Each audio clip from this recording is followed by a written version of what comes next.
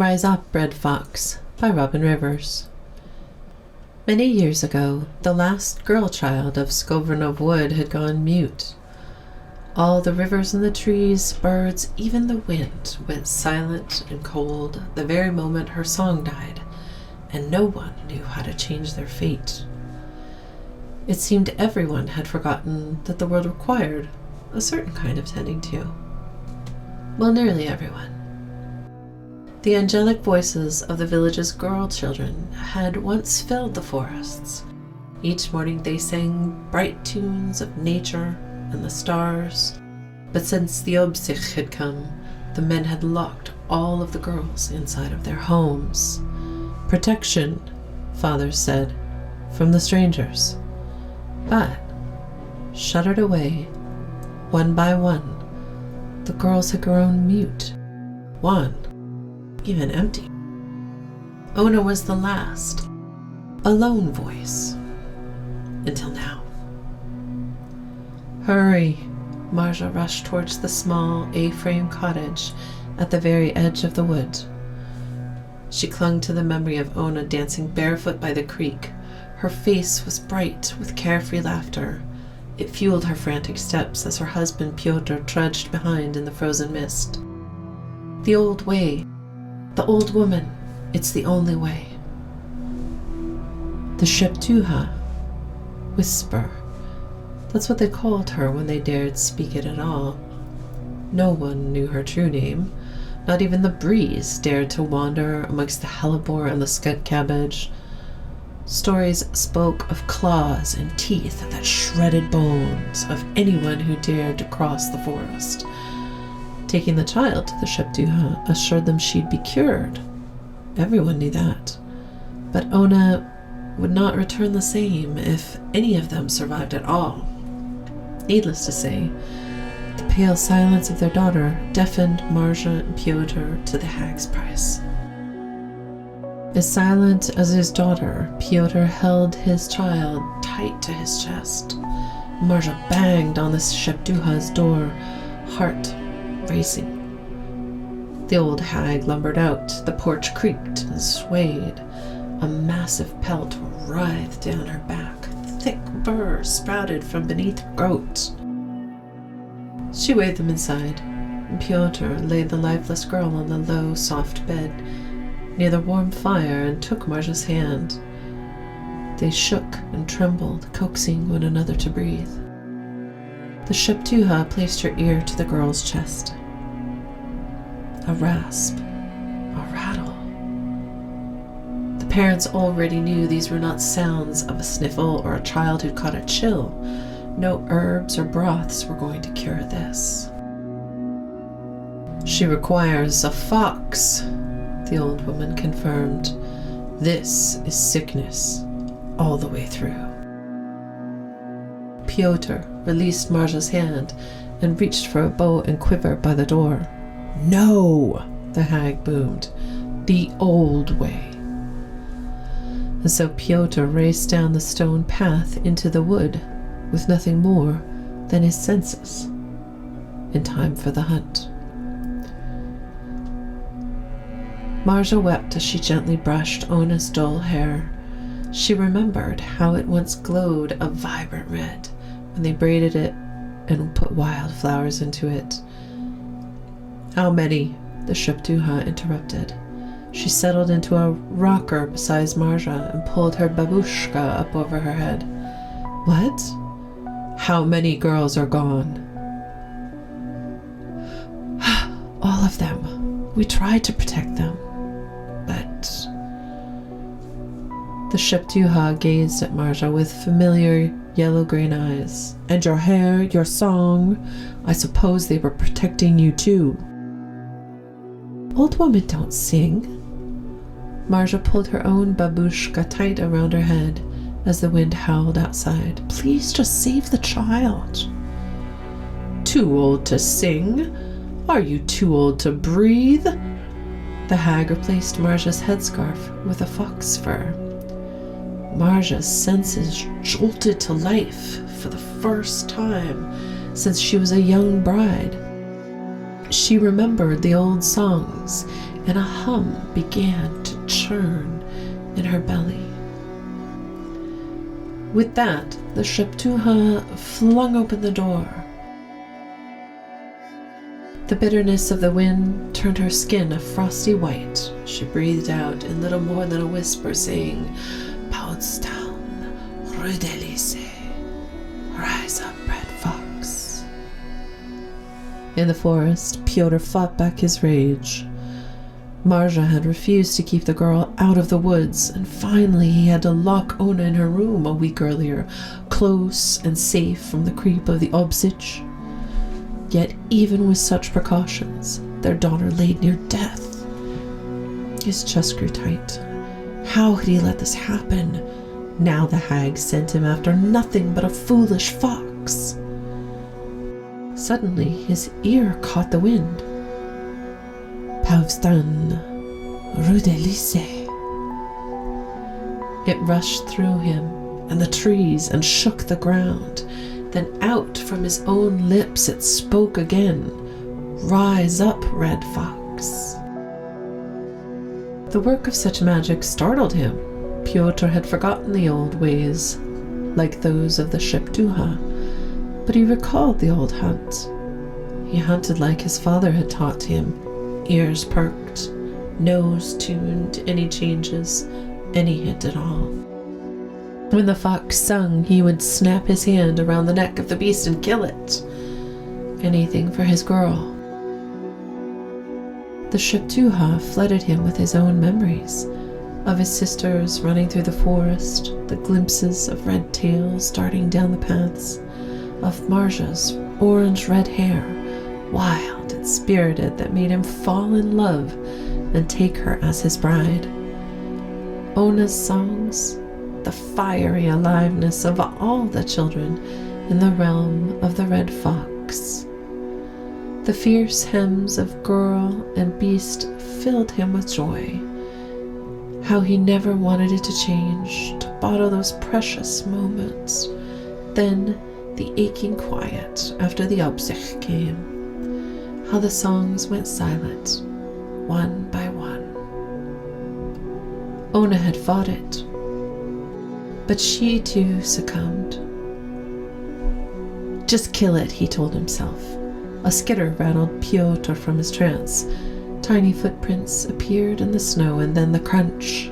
He stalked the creature like master against beast, and he waited for the fox song so he could break its neck. Yet something was off. He caught a glimpse of a pair of ears. They were dull and limp. The tracks were light, weak, signs of stool, loose and bloody. His mind flashed to Ona, she too so light, so weak. His daughter's face seemed to appear in the rocks and the bark of trees, and then in the very eyes of the beast he meant to kill. "Sing, girl, sing," he begged. The fox shot up and attempted to make for a nearby snag. The hunter charged, ready to push himself to the limit to save his daughter. Within 10 steps, Pyotr caught up with his prey. He snatched the fox by the neck. Its eyes bulged, and Pyotr stiffened his grip. "Sing!" he shouted. Its jaws opened wide, and a wailing like no other rose up. Then the fox went limp in his grasp. It slipped into the notch of Pyotr's arm, fallow and nearly weightless. There was no song, he realized. The fox cried only for death. "Pyotr!" he heard his wife calling. "Hurry!" He tried once more to break the neck of the fox, but his heart had already shattered. Pyotr tucked the fading creature in his coat and raced back through the forest. At the hut, he found Ona choking and gasping for breath, the same fallowness in her form. The Szeptucha laid the fox beside Ona, both frail and colorless, and the girl stiffened at the sight of it and began to weep. Get away from her, Pyotr charged the bed. But his wife bared her teeth and stepped between him and Ona. Pyotr sputtered and stared at Marja. She'd grown larger, stronger, even more intense. Never had her skin been so ruddy, her eyes so bright, even as a young wife. Had the Szeptucha changed her too? What have you done to them? Nothing that wasn't necessary. The hag brushed him off. You better be right, old witch, or I will have my turn with you, Pyotr threatened. The Szeptucha ignored him and slid her crackled, enormous hands beneath the fox. Marja took Ona in her arms, and in the night, a low hum rose up. A song began to weave a line, a bright red string, then another, and another. The push and pull of smoke and air wove a web of red cloth. It cocooned the child and the fox, and the Szeptucha laid the entwined pair on the bed. A conjoined mass of crimson vines and tufts of fur, woven like tapestry. The child gasped and the fox jerked. Pyotr stalled in the doorway, his eyes bulged at the sight. His daughter lay wrapped in the red tendrils, the fox's dim form merged with her waning body. He blinked hard, praying the nightmare vision would vanish, that his precious girl would be tucked safe in bed. Yet the image remained. A guttural cry escaped Pyotr's lips, his fists clenched, jaws locked, as shock boiled into blistering horror. How dare they tether his Ona to this wretched creature? She was too pure, too good. He lurched toward them, intent on tearing them apart. You are killing them, he roared. Marja once again planted herself firmly between him and the pair on the bed. Her eyes blazed with a ferocity that terrified even Pyotr. Let the hag work. Marja stood sentinel, all her focus channeled into a tiny rise and fall that was Ona's chest.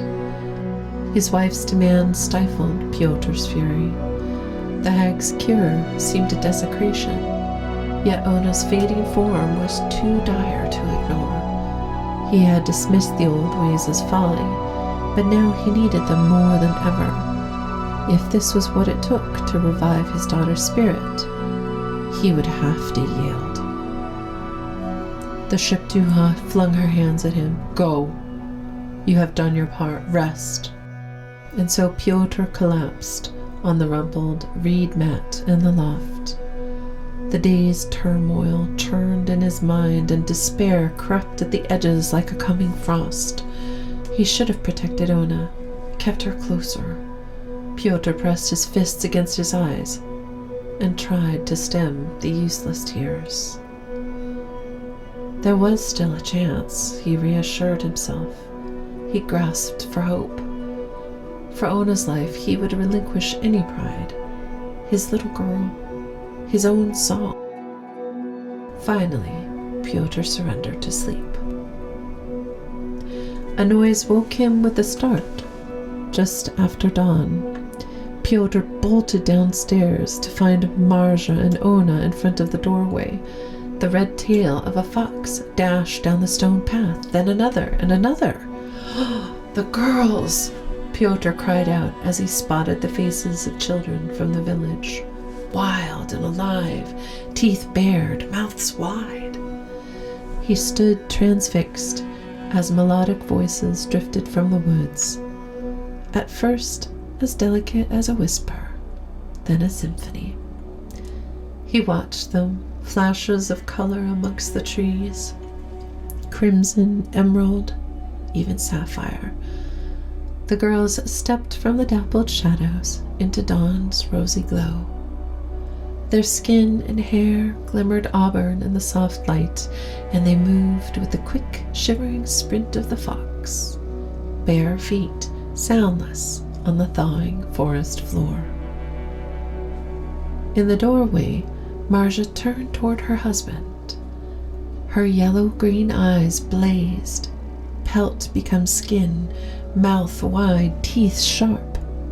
With her hair as red as a foxtail, Ona waited for the children in the Szeptucha, then turned to her father in the morning mist. Suddenly, fox song rang out on all of their lips. Pauvstan, Rue de Lycée, rise up, red fox. They returned to the village, foxtails and all. The villagers called upon the tents of the Obsich with offerings of bread and salt. The men unlocked their doors, the women pulled their old skins from their trunks, and alongside the girl children of Skofranov Wood, Ona sung the song of the red fox as the Szeptucha danced wildly amongst the hellebore and skunk cap.